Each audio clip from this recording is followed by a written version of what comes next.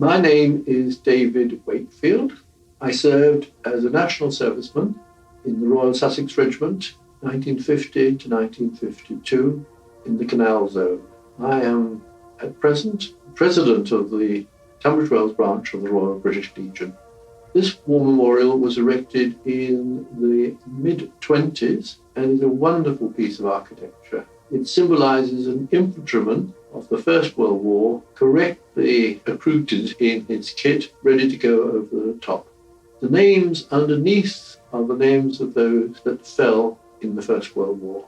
It was difficult to find a complete list of names in the 1920s because even by then, some families had moved away and others did not wish to acknowledge the fact that their children had died. They were hoping for a resurrection of some sort.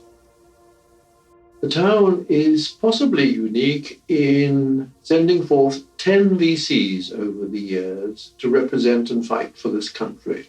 They start in the Crimean War with a VC on a gunboat called the Hecla outside Sebastopol, and they finish with the latest VC, which is Captain Lionel Queripel of the Royal Sussex Regiment, though by that stage he was serving in 10 Para. We had here, and it's still marked by a plaque, the graves of 12 German aircraftmen who died in the Battle of Britain over our heads and were buried in Hawkenbury Cemetery. Tunbridge Wells, like many other towns in Britain in the First World War, housed Belgian refugees. They came in their numbers from that part of Belgium which had been occupied early on by the Germans and stayed for the whole of the First World War, returning only when the Germans were forced out of their own particular part of Belgium. The other matter you might be interested in is Tunbridge Wells in the Second World War falling prey to German bombs. These were isolated incidents, usually German bombers returning from a fruitless mission to London, deciding not to waste their bombs and dropping them on the next available town they passed over.